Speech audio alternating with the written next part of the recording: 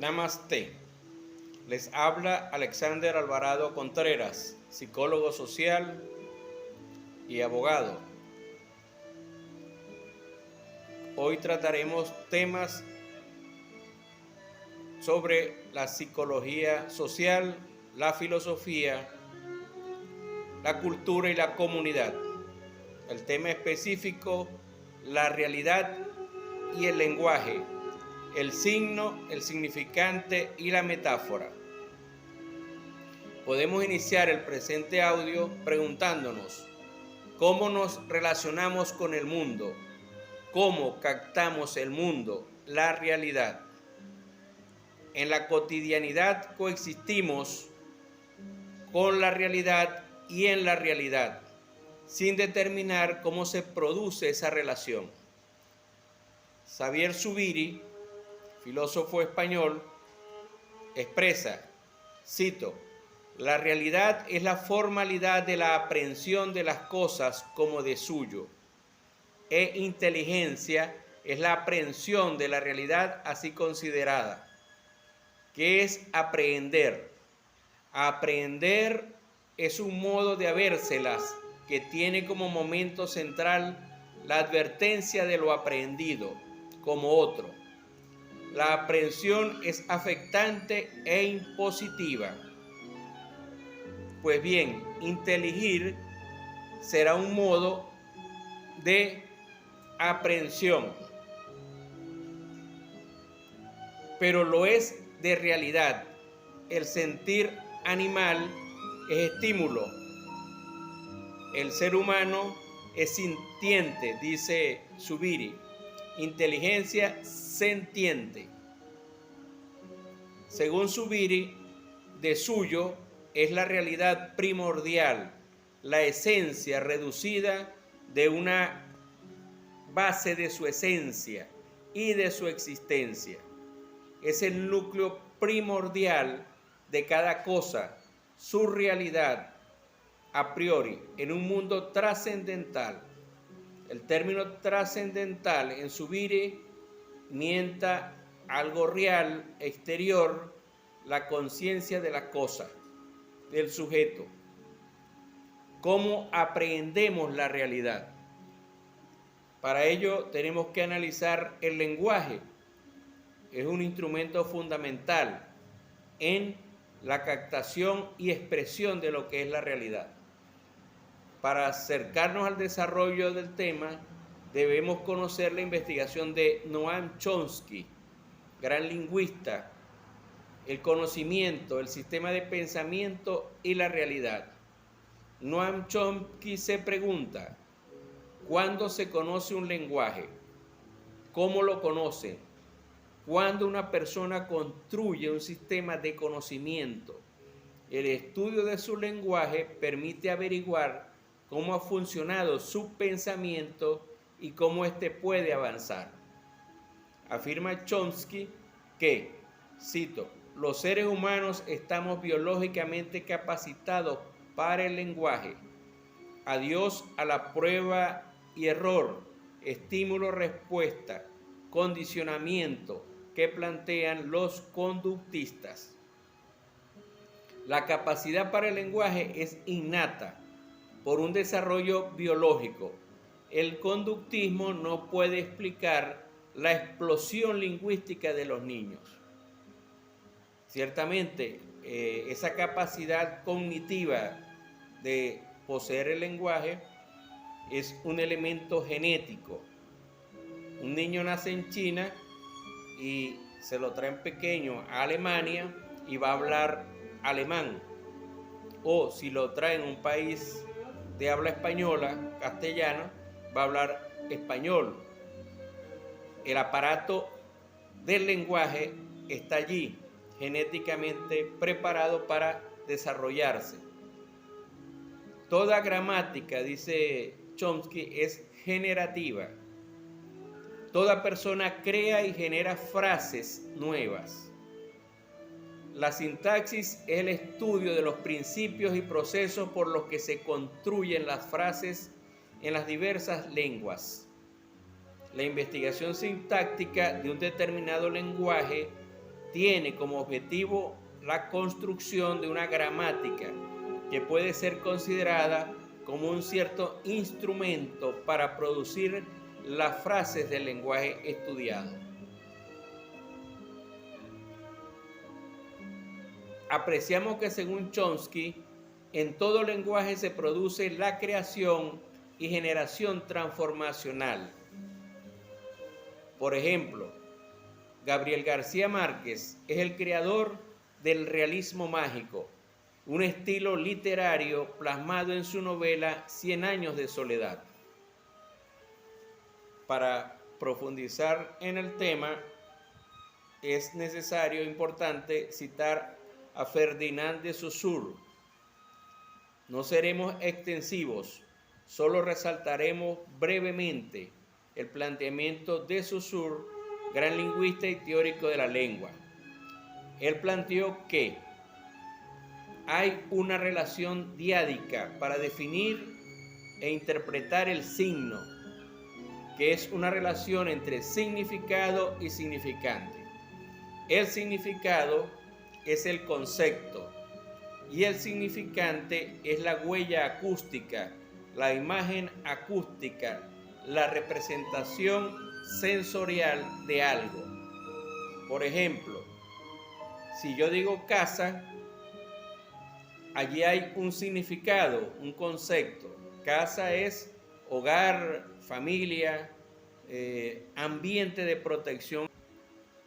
Y el significante es la huella acústica, lo que se refleja o queda en nuestra mente de lo que es una casa. Todos, al decir casa, generan una imagen o una huella o una representación sensorial de lo que es la casa.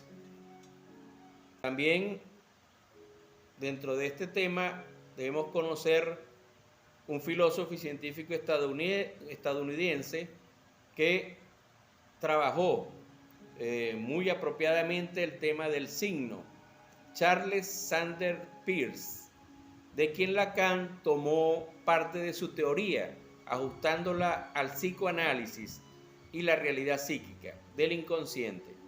Desarrolla Peirce un extraordinario trabajo sobre el signo y la representación mental en relación con la realidad.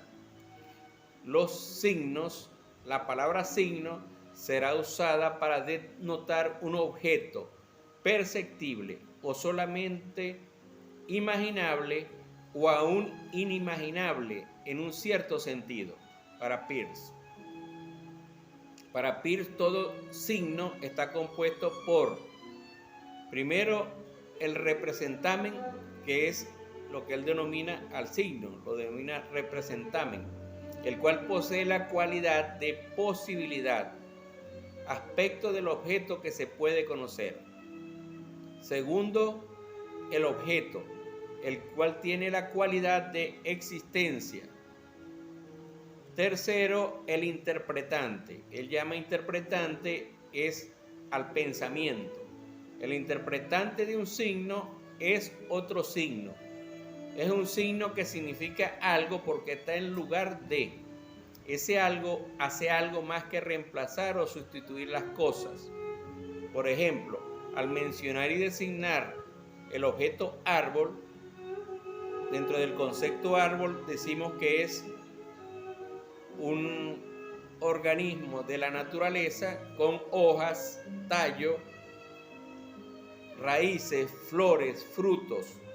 Ese es el signo árbol.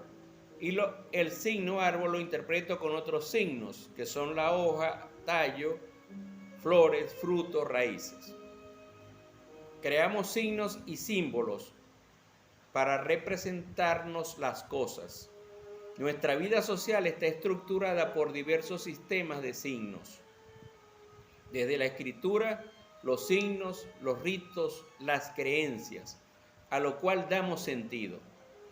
El signo articula el campo de la significación de los sujetos, señala Roland Barthes, y él expone que el signo es un disparador de lo imaginario.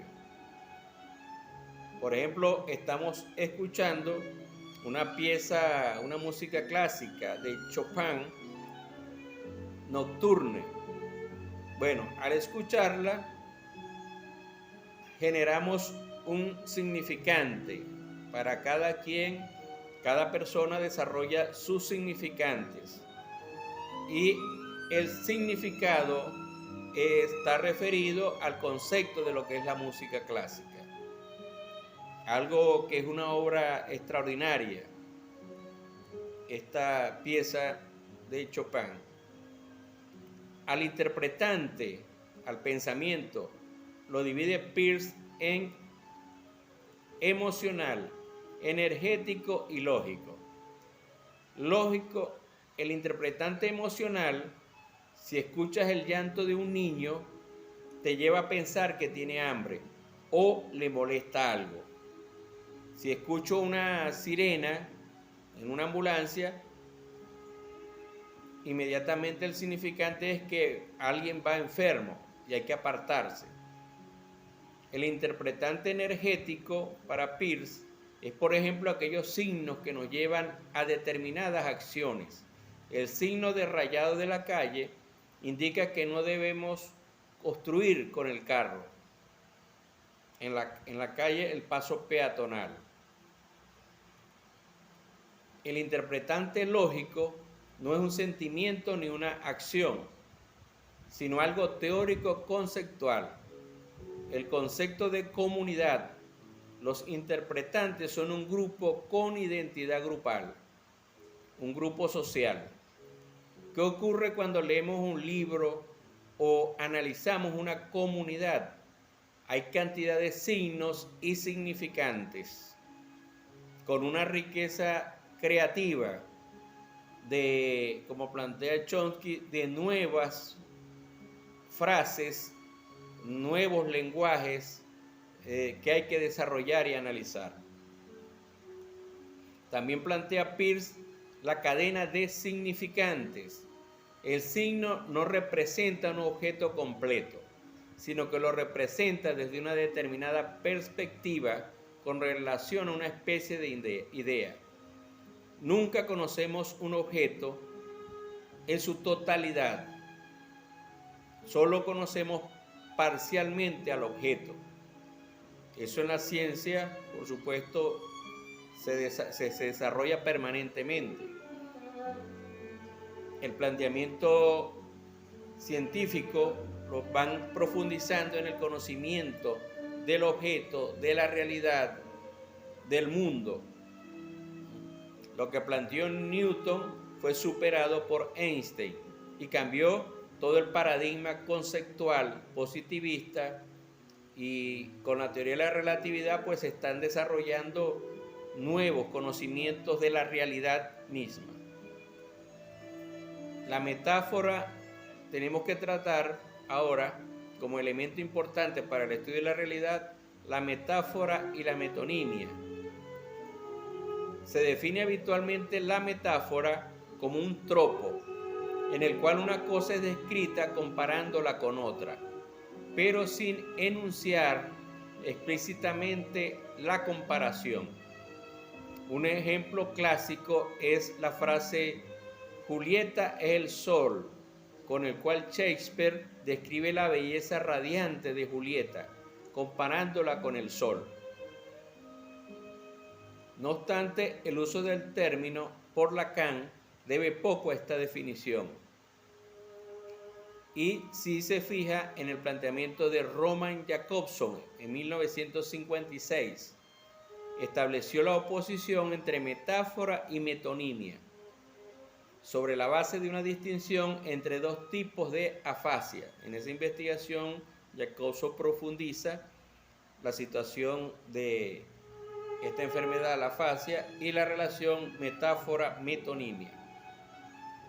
Podemos citar a un poeta en el campo de la poesía y de la literatura. La metáfora y la metonimia es ampliamente utilizada. Aquiles Nazoa, poeta venezolano, en su poema Serenata a Rosalía, vamos a citar apenas un extracto. Él dice: levántate, Rosalía, a ver la luna de plata, que el arroyuelo retrata y el lago fotografía. Piense la metáfora, la luna de plata, el arroyuelo retrata y el lago la fotografía. También otros ejemplos de metáfora en relación a los alimentos. Por ejemplo, él es un voraz consumidor de ideas nuevas. O en relación a las personas. Simón Bolívar es nuestro padre libertador. O también esa idea es infantil. La metáfora relacionada con la vista. Ese paradigma debe ser revisado a la luz de nuevas investigaciones. O se dice por allí, no veo la lógica de tu idea. Danesi, un autor, cita en su obra a Giambattista Vico, y él lo cita: el discurso metafórico revela la operación general de la fantasía, la innata actitud de la mente para crear imágenes, atribuyendo a cualquier realidad aspectos y significados subjetivos, diversos de aquellos que normal y universalmente le son atribuidos. Y Howard Polio y algunos colegas suyos publicaron un estudio fundamental que mostró a la comunidad científica de manera impresionante cuán alejados están de ser simples ornamentos los aspectos metafóricos. Aquellos pueden ser analizados como formas lineales del base del discurso. Estos estudios mostraron empíricamente que el pensamiento metafórico constituye una habilidad creativa preponderante del comportamiento comunicativo humano y que forma parte de la psiquis. Esto es muy interesante. Forma parte de lo que es el lenguaje metafórico, forma parte estructural de la psiquis. Ya no solo queda como un aspecto literario de los poetas. Según Vygotsky, citamos, las primeras palabras del niño expresan imágenes del mundo. Son justamente frases del tipo: papá tiene un hoyo en la cabeza, refiriéndose a alguien que tiene la calvicie, su papá. Y son rudimentarias metáforas de sentido. Entonces, este lenguaje asociativo de los niños se produce una explosión creativa permanente. También debemos citar ahora algo que cambia totalmente lo que conocemos como la metáfora y la metonimia en términos literarios y de la realidad, pero es el planteamiento de Jacques Lacan, la metáfora y la metonimia en el psicoanálisis. Cito a Lacan: la chispa creadora de la metáfora no brota por poner en presencia dos imágenes, es decir, dos significantes igualmente actualizados, brota entre dos significantes de los cuales uno se ha sustituido al otro, formando su lugar en la cadena significantes, mientras el significante oculto sigue presente por su conexión metonímica con el resto de la cadena. El significante lacaniano es una expresión involuntaria realizada más allá de toda intencionalidad de un ser hablante y que se repite. En sí no significa nada, ya que se encuentra desprovisto de sentido, simplemente es significante para Lacan y significado. Allí cambia totalmente el planteamiento de Saussure. Para Saussure el signo se establecía el significado arriba, la barra, y el significante abajo. Lacan plantea que el significante va arriba, luego la barra y el significado abajo. Esto, por supuesto, con un sentido de que la barra está representando algo también, mientras que en Saussure la barra no representa nada. Y por supuesto esto es dentro del tema del inconsciente. Entonces son categorías conceptuales y teóricas, la de Lacan, de otras características. La metonimia y la metáfora en Lacan equivalen a lo que plantea Freud sobre la condensación y el desplazamiento en el sueño. Ellas son, podríamos decir, los recursos básicos fundamentales del inconsciente, pero también del lenguaje. Son la materia prima del sujeto hablante. Hablar es usar constantemente metáforas y metonimias. Se trata de un recurso que usamos sin objetivarlo. Lo hacemos naturalmente. Entonces podemos concluir que el inconsciente está regulado por leyes del lenguaje, y estudiando estas leyes podemos interpretar el material inconsciente. Cito a Lacan: nos situamos en un campo distinto al de las ciencias naturales y, como saben, decir que es el de las ciencias humanas no basta. ¿En qué medida debemos tender hacia los ideales de las ciencias de la naturaleza? Me refiero a la forma en que se han desarrollado para nosotros, esto es, a la física ante la cual estamos. Pues bien, en relación a las definiciones, esas de significante y estructura, es que se puede trazar la frontera adecuada. Por supuesto, aquí se rompen las categorías tradicionales del significante y el significado y de estructura. Cuando se trabaja con el inconsciente, allí hay, por supuesto, una labor de paradigma, tanto de Freud como de Lacan, del psicoanálisis y del desarrollo de los análisis, si se quiere, de los procesos inconscientes colectivos, del proceso del significante y el significado en las comunidades, en los grupos, en los mensajes, y todo esto, por supuesto, sujeto a la cultura, a los tipos de sociedad, al desarrollo inclusive histórico. Un comentario nuestro, a nuestro modo de ver, en la metáfora como forma de entendimiento de lo que trata de decirse con el lenguaje, contiene símbolos e imaginarios referidos a lo real y al inconsciente. En este último caso, lo que Freud define en el sueño como condensación y desplazamiento, Lacan señala que el significante contiene la metáfora y la metonimia. Para finalizar en este análisis, citamos a Jacques Lacan. De él debe distinguirse otro plano, que llamaremos el muro del lenguaje. El lenguaje sirve tanto para fundarnos en el otro como para impedirnos radicalmente comprenderlo. Y de esto precisamente se trata en la experiencia analítica. El sujeto no sabe lo que dice y por las mejores razones porque no sabe lo que es. Lacan, 1991.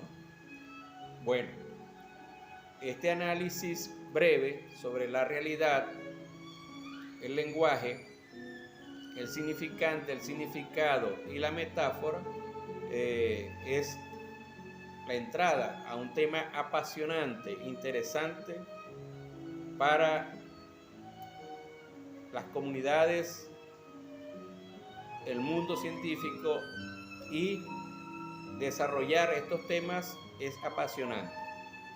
Esta música de Chopin. Finalizamos. Un abrazo a todas y a todos.